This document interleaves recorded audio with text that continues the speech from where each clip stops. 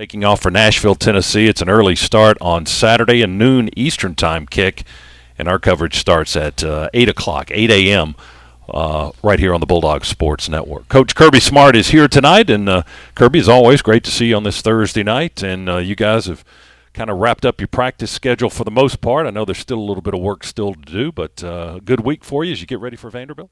Yeah, it's been a good week. I thought the guys have really been focused and done what we asked, and we challenged them to put together a really good Tuesday, Wednesday, and I thought they did that, and then we finished it up today with a good practice. I know you were pleased, I believe, with last week's Bloody Tuesday work, and did you have another equally impressive practice this week on Tuesday? I thought we did. I thought we had a good practice and followed it up with a good Wednesday, really a better Wednesday this Wednesday than what we had last week. We challenged a lot of the leaders to put together two really good back-to-back days and keep getting better, and I thought they did that. How satisfied were you with your performance last week and feeding into this week as you hit the halfway point in the regular season? Yeah, I thought we played hard. It was a great atmosphere thanks to our fans, and played a little more complimentary football in terms of both sides working off each other. So I thought that was good. The nighttime certainly brings a lot of energy from the crowd, and it's nice to feed off of that sometimes, and something we won't have this weekend Right. as you start early and in a much smaller facility. So some other things to address for you guys, and just approach from a mental standpoint. Yeah, we talk about it. We confront it. We talk about what the threats are, and we ask guys to get up that have played there and tell other guys what to expect, what it's like. BYOJ, man, bring your own juice.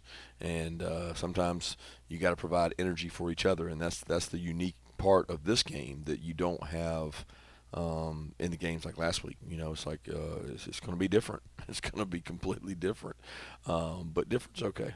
It's still a road game in the Southeastern Conference, so you have to be fully prepared for whatever can happen, right? Yeah, absolutely. It's a different kind of preparation for this one, but it's one you got to prepare for. Georgia and Vanderbilt, as we said, it's a noon Eastern time start. The Commodores started off with 2 wins at the beginning of the season. They've since lost 5 in a row. Georgia undefeated, still ranked number 1. How would you assess the play of your team since Game 1 to Game 6, and how you're improving? We're getting better. We had no choice but to get better. We're getting better and healthier. I mean, there were times in camp that I thought we were better in camp than we were, in season. And you don't want to do that. But we've taken I feel like a good step forward last week, and we need to follow that up with good play this week. What areas of your team do you feel like you've seen that growth and that improvement? Yeah, everywhere. It's not, you can't pick these one spots and say that oh well, this area has really improved and grown. It's hard to do that because the ebb and flow is you're trying to get everybody to play good at the same time and not independent of that. And some of that's contingent on who we play, and it shouldn't be that way. We should play to a standard all the time, and we've done that some of the time, but there's other times we haven't. Georgia and Vanderbilt coming up this weekend. Your questions coming up when we continue. We'll step aside for just a moment here on Bulldogs Live. Smart, and your questions. And thanks to our friends from Twisted Tea for being our audience here tonight. Our program is presented by Wells Fargo, an official sponsor of the Georgia Bulldogs. And our hashtag, Ask Coach Smart, and your social media questions brought to you by Greenpoint Ag. Greenpoint Ag is farmer-owned and locally focused. And right now, Coach, we want to take a question from our audience, and this is Andrew. Hi, Andrew. Welcome to the show. What's your question for Coach? What's it like being in front of thousands of fans? You get numb to it after a while. I just try to act like they're not there. Like when I used to be a little kid and I'd have to give speeches, I got nervous, and my mom said, well, you just pretend like they're all naked and that they're embarrassed, and then you don't think about them. So I don't do that, but I do sometimes block them out, and especially when we're on the road, But you get used to it, so you just do it enough times, you get over it. Thanks, Andrew. Appreciate it. Glad you're here tonight. Let's grab a question from our hashtag Ask Coach Smart.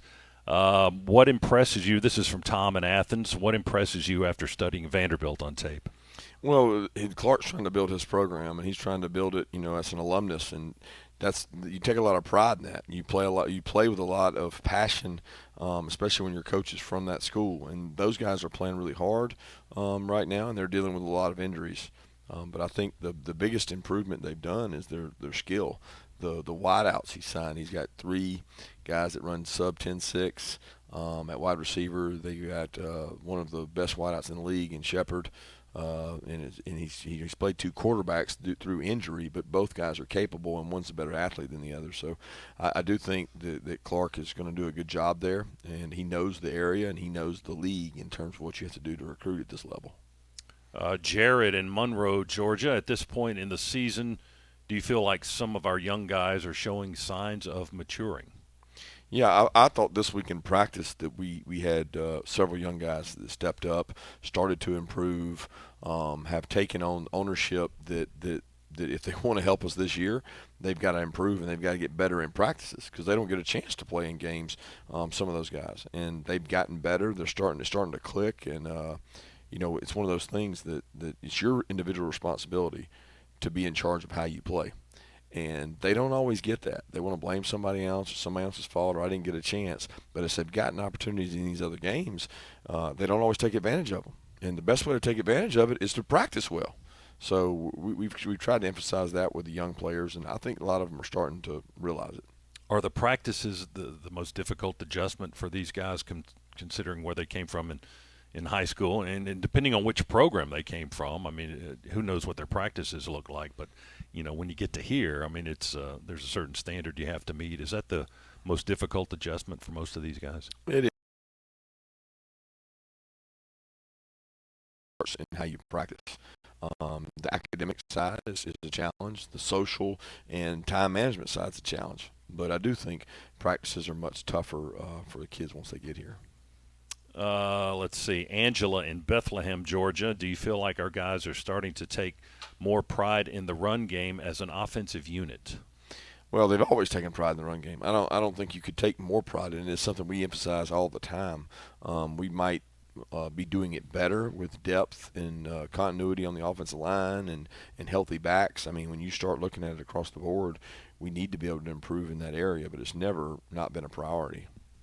Well, I mean, talk about injuries. That's a spot that you guys have been stung pretty hard with, and Kendall Milton is starting to come back, and Andrew Paul had an ACL last year, and he's filtering back in, and you still got some guys out, but are those guys giving you about what you expect from them at this moment? Yeah, they've done a great job. Those kids do everything we ask, and you couldn't ask for more in terms of leadership and toughness and all the things we need. The loss of Branson was really tough, and those other guys have really stepped up. Let's see, Kristen in Alpharetta, Georgia. If you had to play against Brock Bowers, how would you prepare for him?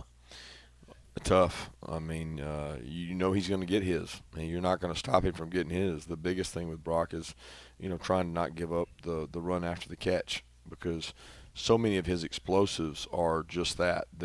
He caught the ball and then he broke tackles. It's really hard to tackle. So you want to have somebody close to him at all times. So he may get his 9-10 catches, but you don't want the extra yards on top of it. Is that something that you guys helped him develop since he's been here, as far as his running ability after the catch, or is that just something that was ingrained in him when he came here from California? I'm sure it's some of both, but I mean, a good runner is a good runner, and a good running back, or like in Brock's case, he had an ability to run with the ball before he got here. He's gotten stronger, bigger, more physical. He can take more hits. He can deliver more blows. He's more contact tough from being here, but he's always been a good runner. Could he have been a guy that played in the backfield for you? Oh yeah, no doubt. I mean, he played in the backfield in high school. He's played in the backfield before. He would seem like he's not going to fake you out too much. I mean, he's going to run all over you and run through you, and he's going to give you a power look. He's not going to give you a lot of finesse. Is the way it looks like that's the type of runner he is. Well, he is, but he's deceptively really, really fast. Right. So what happens is people don't get good angles on him, and he outruns them, and he gives them a little stutter step, and he's got the power to run through them. He's got a great stiff arm, and he's a good runner with the ball. Certainly enjoy watching him, Kristen. Thanks for your question. We'll get more questions from our hashtag Ask Coach Smart as we go along tonight. It's brought to you by Greenpoint Ag. Greenpoint Ag, farmer-owned and locally focused. We'll step aside for just a moment. Tonight's show brought to you by Wells Fargo, an official sponsor of the Georgia Bulldogs. And our friends from Twisted Tea are here as our audience tonight in Athens, and we thank them for being here. And we're going to take a question from our audience tonight. This is Merritt. Hi, Merritt. What's your question for Coach Kirby Smart? When are y'all going to start the Brock Bowers for Heisman campaign? Well, he already started it. I mean, every game he plays, his campaign is in a living person. The way he plays and what he does. The saddest part about Brock is that he would never want those individual accolades because that's just not who he is. It's not his personality. And I think the better he plays and the better he plays in big games. And, you know, it's sad that the history of what he's done since being here, because he's played in so many big games and he's played so well in so many big games, that you know, they don't count that backwards. They only count it forwards, and they count what you do this year. And so far, he's done a tremendous job for us. Really been an incredible year. So I saw your jersey. It was number 19. I asked you if you knew who Hines Ward was, because that's really whose jersey that is. Because when Hines Ward was here, he was number 19. But nobody knows who that is anymore. Don't tell that to Hines. We're just this old. He played with me here, but he made 19 famous first. Merritt, thanks for your question, and thank you for being here. And Kirby, do you have an opinion on Merritt's question about Brock for Heisman? Is that something that's is that a legitimate thing? Would you be in favor of something like that? Oh, I'm always in favor of individual accolades for players. I'd love nothing more than for all our guys to win individual awards. But you know how you do that? Win football games. And I think Brock knows that. And winning football games is what he's done since he's been here. And he's helped us do that to a tremendous level. But as far as the individual accolades go, if they come with that, then that's great. That's awesome. I love that. And I don't think it's something that you campaign for, not as a head coach. And I don't think it's anything Brock campaigns for. I think his play speaks for itself. I mean, turn the tape on. People that know football know how good a football player he is. Let's look ahead now, brought to you by the Governor's Office of Highway Safety. The penalty for getting a DUI can cost up to $10,000. That's why the Governor's Office of Highway Safety says drive sober so you won't get pulled over. We'll look ahead to Georgia and Vanderbilt. Just a couple of quick thoughts on this matchup this weekend. Well, biggest thing is we got to go out and play to our standard. I mean, it never changes. It doesn't change. I tell our guys all the time, you can get bored with repetition, but repetition is the mother of all skill, and it's what drives people's development. And we're going to go out there and work as hard as we can and put a product on the field and go execute. And it doesn't really matter who's in the stands. It doesn't matter what time we play. If it's raining or windy, nobody cares. What we care about is that you go out there and perform at a high level, and we do it for each other. So I'm excited to see our guys go out and play, and they've got some really good skill players that we've got to go out and execute to cover. From hashtag Ask Coach Smart, brought to you by Greenpoint Ag, farmer-owned, locally focused. Paul in Milton, Georgia, wants to know how rewarding it was to see the reserves, or he says the second-string offense, put together a touchdown drive last week. Yeah, and it was a long drive. I mean, I forget what total was it, 90? I don't know what it was. It was a long drive, and they executed. Brock did a great job. Coach Bobo called a great series for those guys, really aggressive. Let them go out and play. And they did execute they got down to the goal line and then had a third down, didn't convert, but then ended up getting it on fourth. So I thought I was really proud of those guys to go out and execute that long. When Brock has come into the ball game, Brock Vandegrift we're talking about, he's played with a lot of confidence, a lot of aggressiveness. He's doing a nice job for you in that role. Yeah, he and Gunner have done a tremendous job. I get to see them play every day. We put them under pressure. We put them up against the one defense. We put them up against each other in the threes and the twos, and they get reps. And I hate it that Gunner hasn't got as many chances to play as Brock so far. But if we play the way we're supposed to play, then they get opportunities. And both those guys are really developing well. We spend a lot of time in practice making sure that the next man up is getting prepared. And along those lines, our next question comes from Mark in Gainesville. What are your thoughts on the job Carson Beck is doing so far? Doing a tremendous job, just as I would expect he would. He's a leader. He's confident. He understands the offense. It's just, I keep saying it all the time, that it does not surprise me, guys. Like, it was it's not surprising when a kid has been in the system as long as he is. He's very level-headed. He's very intelligent. He's done all these checks before. He did all the reps of the game plans of every game last year, too. So, it doesn't change a lot. If a team's going to bring field pressure, he's going to check this. Team's going to bring boundary pressure, he's going to check this. He has rules that he goes by, and he's just done those rules so many times that he's more efficient at getting it correct. Thanks for your questions on hashtag Ask Coach Smart. You can send those in anytime during the week, and we could use them here on the show. Today. Let's grab another question from our audience tonight. As I said, our friends from Twisted Tea, Bulldog sponsor here in the building tonight. And this is Gabe. Hi, Gabe. Welcome to the show. And what's your question for Coach Smart? Thank you. Coach, you're obviously an incredible leader. You elevate everybody around you. Thank you for what you've done for our Georgia Bulldogs.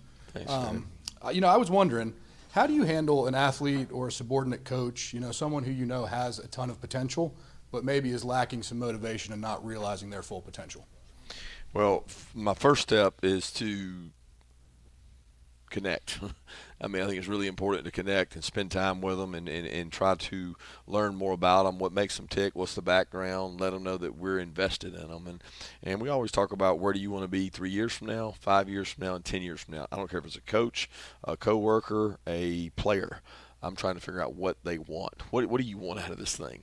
Because what I want to do is represent the University of Georgia, win championships, and put out a great product.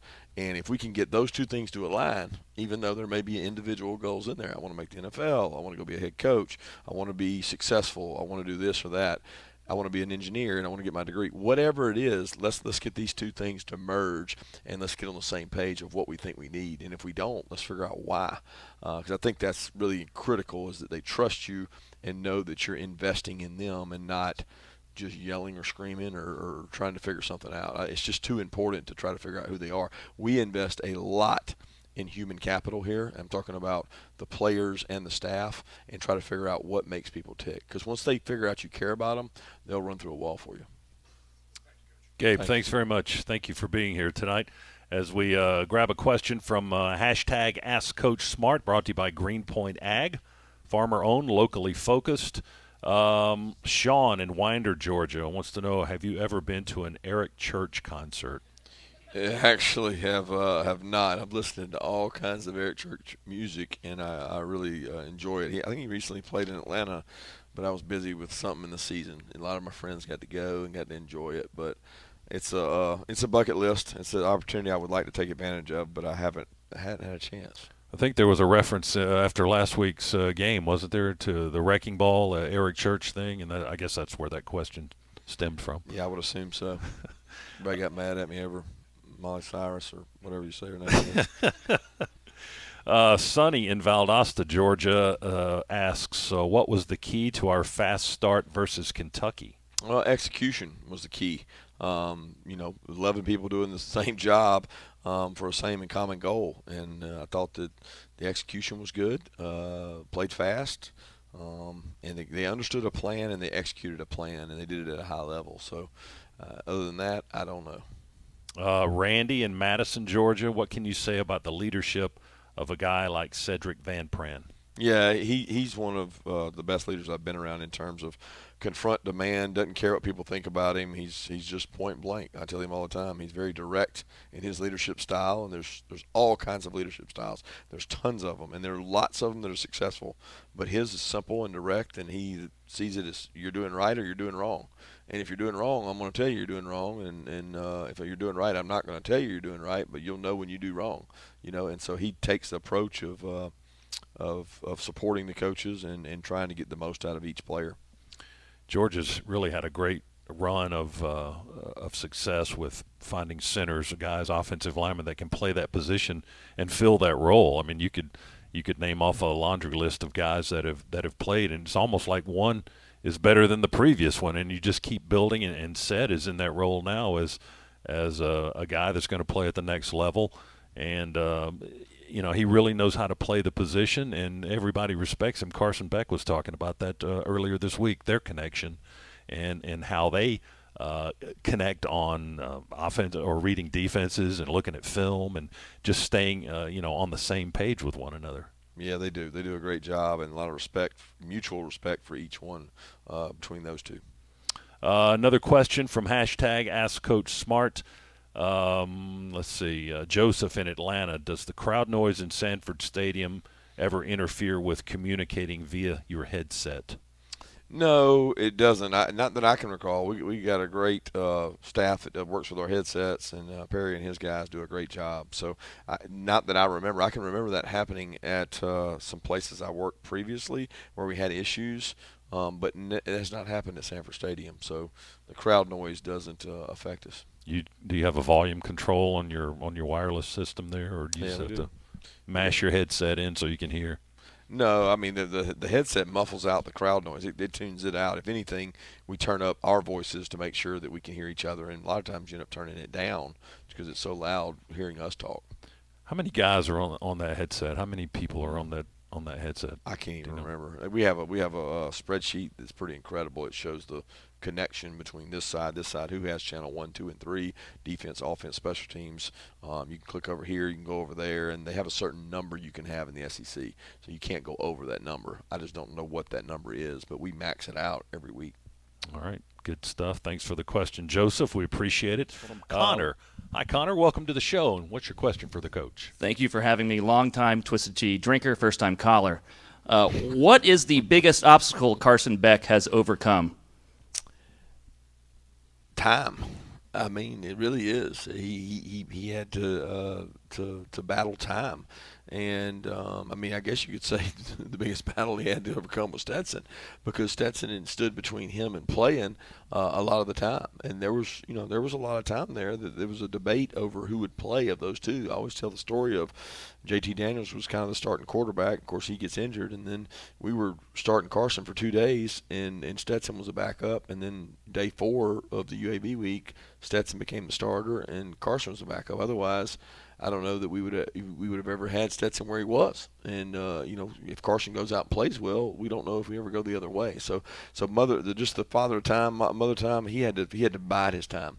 And what he did was he worked to get better for that moment, because he felt like at the moment that he had his chance, he didn't capitalize on it, and he's capitalized on it now. And he's done a great job. Connor, thanks for your question. Thanks for being here. Mark in Sarasota, Florida, sent this one in. He says, I really enjoy watching Brett Thorson kick or punt the football. He's one of many Australians in the college game. Do you know why are Australian kickers and punters so commonplace in college football at the moment? Yeah, they've got basically a school of kickers over there. They've got a group of kickers in Australia, and that's what they do. They grow up kicking, and you call and you request, I'd like a left-footed rugby kicker, I'd like a right-footed rugby kicker, or I'd like a left-footed and right-footed, and I'd like a pocket punter, and you just type in your request, and they partner. It's like Amazon. You just order it, and they drop them here, huh? It's crazy. and the people that use those guys over there, they're great guys. They brought a group of women. Boy, I'm gonna mess this up. I can't remember if they were soccer players or if they were women like rugby players over to see Brett. They wanted to come by and see Brett, so they brought them around on a tour, and they came by last summer, and I went in, and it was 15 or 20 of professional female athletes, and they coached them, but they also coach the kids that kick, and they put on the kicking academy, and I think Auburn has used them. Kentucky has had a kicker from there. I mean, everybody, they all know each other. So we go to play a team, and Brett Thorson knows every guy that kicks against us, because they're all from the same place. Well, Hayball from Vanderbilt is an Australian, so we'll see him this weekend. I think there's 11 Australian punters in the SEC. Thought it was more. Oh, okay. I thought you were going to say 11 in the country. I think the number I heard. I feel like every week we go play somebody, he knows them, so that's probably right. I think the number I heard in FBS is over 70. It's crazy. So whatever they're doing, obviously they're doing America, it we don't know how to kick a ball. So all these years we did, and then suddenly somebody's maybe doing it a little bit better. Yeah, Jake Camarda wasn't though. No, he's making a career out of it, isn't he? He did nice for Georgia, did a nice job, and he's playing well for Tampa Bay. Mark, thanks for your question. We appreciate it. Let's see. Jack in Atlanta, does an early kickoff time on the road concern you? You kind of addressed that a little bit ago. I mean, does it concern me? Yeah, but everything concerns me. So, I mean, it's one of those things that you just, you BYOJ, bring your own juice. If you don't have it, you can't give it. So you better have your own, and you better be able to share, because we need everybody to have juice come Saturday. Josh in Buford, Georgia, when preparing a game plan each week, what is the first step the staff takes? To know the personnel of the opponent. So what good does a game plan do if you don't know who they are, who's available, what they do well, what their strengths are, what their weaknesses are? So first thing we do when we finish putting the last game to bed is we have someone in charge of personnel, and they go through and say, this is who they are, this is what they've been doing. That person's been watching them every week. They're the expert on them. That's called advanced scouting. The advanced scout gives us information, and then we go from there and break out and say, all right, let's go watch them. Let's see if their opinions are accurate, and let's see if we can put a game plan together to exploit our strengths or exploit their weaknesses. How much video would you say in a ballpark figure do you watch every week? Well, not as much as I used to. I mean, I watched a lot more as a defense coordinator and a lot more earlier in my career. I still watch a considerable amount, but I probably don't watch as much as our coordinators and some of our coaches do. Do you enjoy that, or does that just, as the head coach, does it just eat up too much time for you? Well, I enjoy it. I do. I find myself more valuable in other areas, whether it's talking to a player, talking to a recruit, setting up practice. That's what I spend my time doing more now. Josh, thanks for your question. We appreciate that. We've got one more segment with Coach Kirby Smart, and we'll do that right after this timeout on the Georgia Bulldogs Sports Network show. Hey, Coach. Me and the guys on the way up here today just had a quick question for you. Are you football Jesus? What is that? I have no idea. Is that like touchdown Jesus? Yeah, I thought touchdown Jesus was in Notre Dame. Yeah. Right? Like how long can we keep this going on? We've loved since 2016. Well, depends on how much I want to support the program and NIL and donate money. Because if you don't support it and y'all don't come to games, we won't be very good. I can promise you that. It takes a commitment from everybody. I mean, everybody to have a successful product out on the field. So I certainly appreciate what everybody's done. It's home to me, so I as long as I'm out there, I want to do it right. And we got a lot of kids that care about this place, just like the fans. So I appreciate it. Morgan, thanks. Thanks for being here. Another question from hashtag Ask Coach Smart, Trey in Evans, Georgia.